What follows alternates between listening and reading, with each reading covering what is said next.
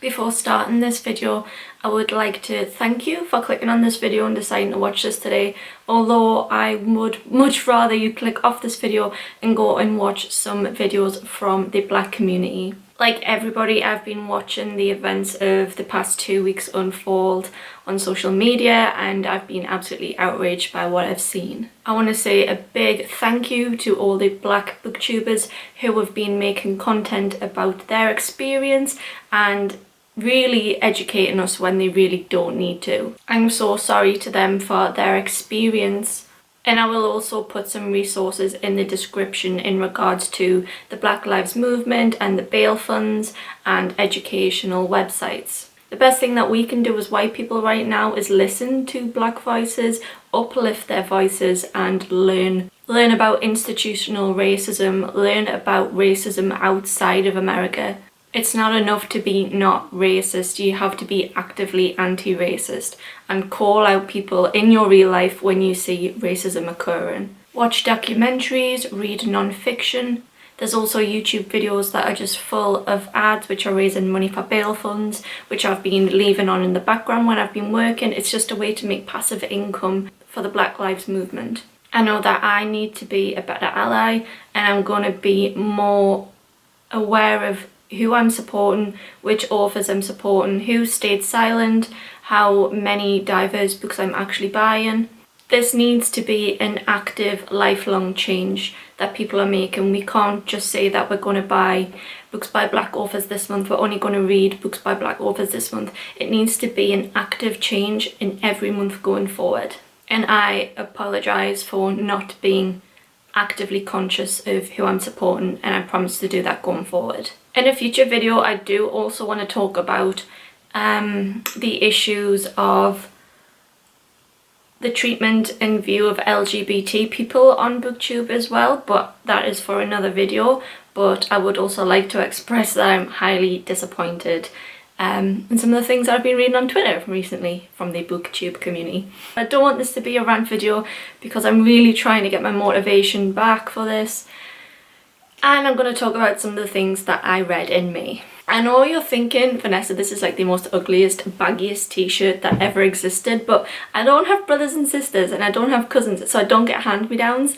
And my mum found some tops from the 80s and 90s in the attic, so I took them, even though like, they are the most baggiest things ever, but I never get clothes handed down to me. So for the next 10 videos I will be wearing the ugliest tops that you've ever seen in existence. But I kind of feel like a mom of Stranger Things, so I'm feeling it.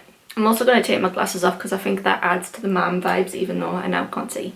So I read a total of 10 books in May. 8 of them were owned and 2 of them were arcs. I'm going to start with the arcs because I feel like they're probably going to be the ones that people are most excited for. So the first arc that I read was Girl, Serpent, Thorn.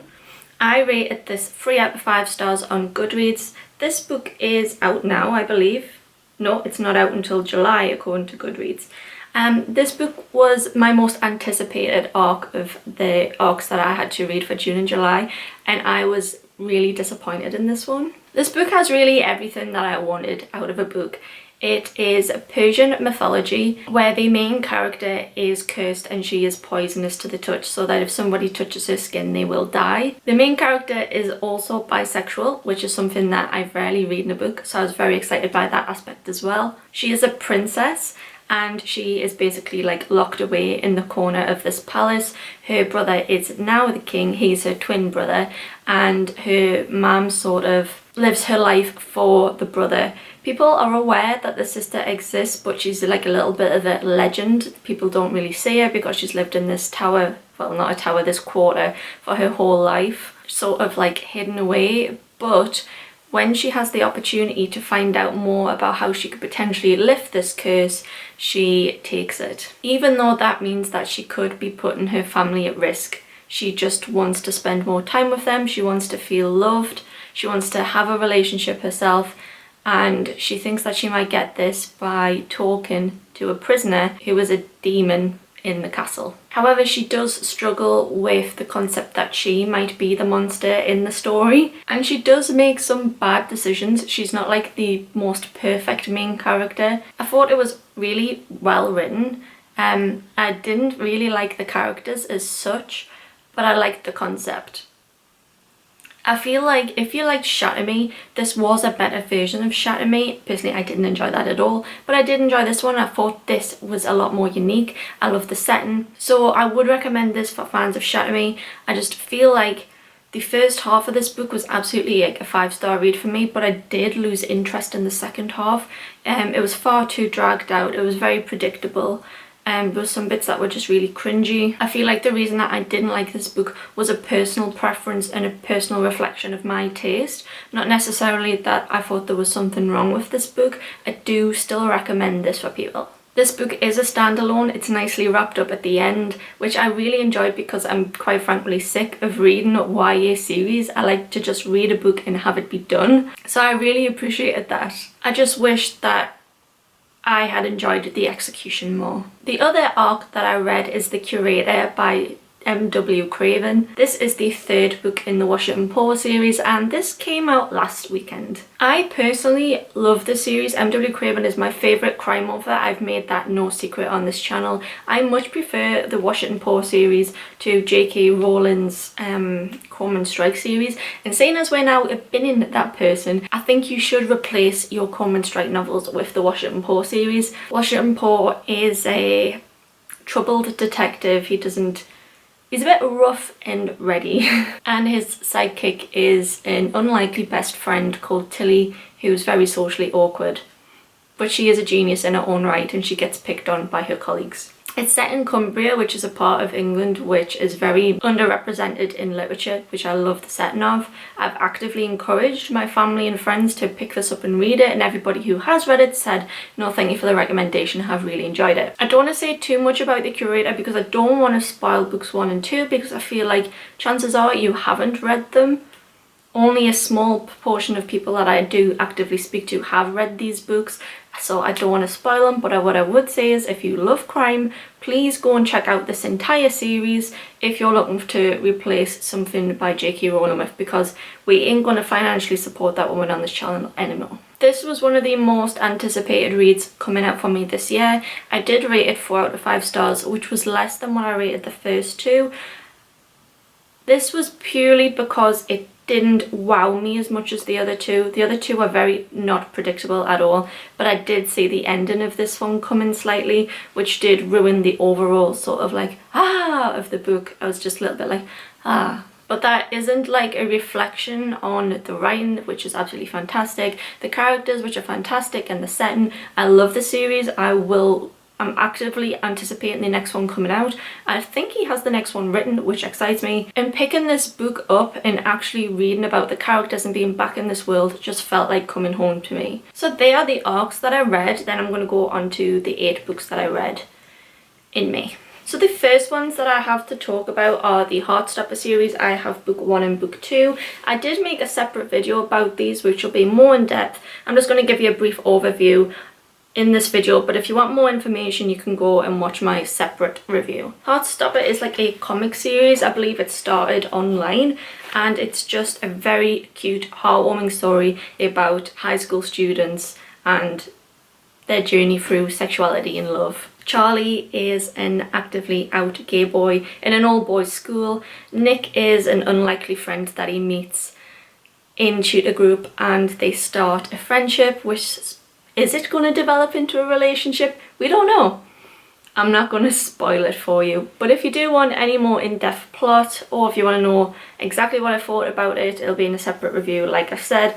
But I rated both these 5 stars. I would read these over and over and over again. I can't wait to get my hands on volume 3. These took me about an hour and a half to read each, but they were so entertaining. I definitely feel like I got my money's worth out of them anyway. Even if you are not LGBT, I think that these would be really enjoyable because it gives you like a little bit of insight into the struggles of LGBT teenagers, what it's like to be a teenager, realizing that you have feelings for the same gender. And also the adults in here are really, really good.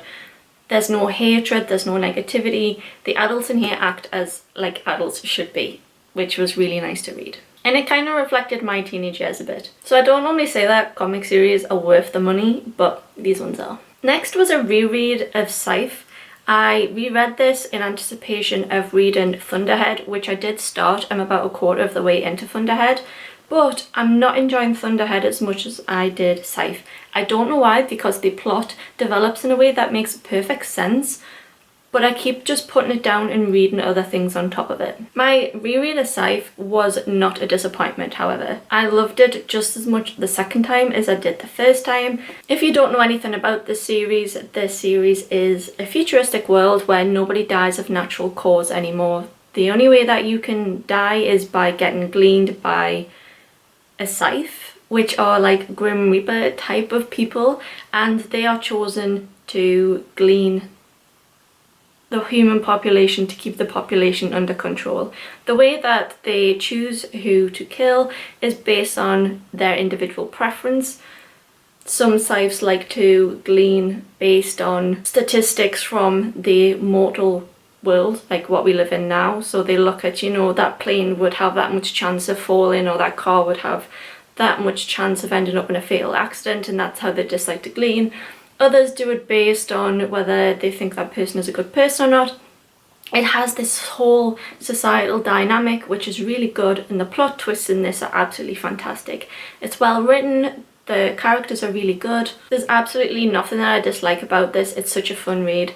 They bookmarked this because my dyslexic fiance started reading this, and he's also really enjoying it, so if he can stick with it even though it's taken him months to read, I usually see that as a book that's got good entertainment value. Next was the first and second book in the Eve of Man series. These are the only books that are currently out. Book 3 is still in production. I reread book 1 in anticipation for book 2 coming out, and again, like Sci-Fi, I love this just as much as I did the first time around reading it. However, when I got to the second one, which was brand new out when I did read it, I was a little bit disappointed in this one. I do have a separate video which is spoiler-free discussions and also spoilery discussion of these books. So it is suitable for if you've not read them at all, if you've read the first one, not the second one, or if you've read both. It's sort of like in 3 parts. But I will just tell you a little bit about this series now. These are written by Tom Fletcher, who was out of Band McFly and his wife.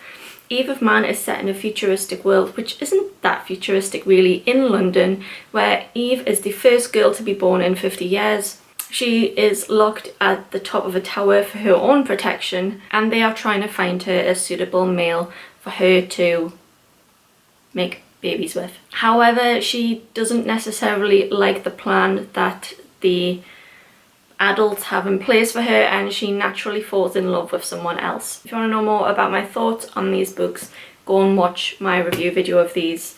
But that was great, that not so, but there is a third book, and I'm hoping that the third book redeems the series. As a filler book, because I'd felt like I'd been reading so many good books, I did read The Ocean at the End of the Lane by Neil Gaiman. I've had this book for absolutely years, and quite honestly, I was sick of looking at it on my shelves. And it is quite a quick read. It's only like 150 pages and the font is quite big. This is my first book by Neil Gaiman, and I am going to say that I was pretty disappointed. I knew what I was getting myself into when I picked up a Neil Gaiman book. I knew it was going to be some sort of twisted, magical, realism, reality.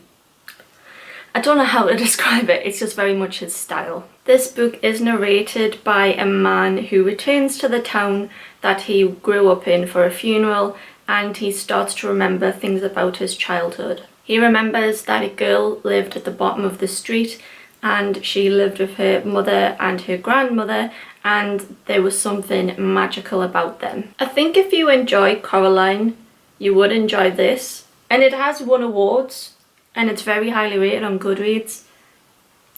I just personally thought it was just a little bit of a waste of time. And now that I've offended most people's favourite author, I'm gonna move right along. Next we have Fans of the Impossible Life.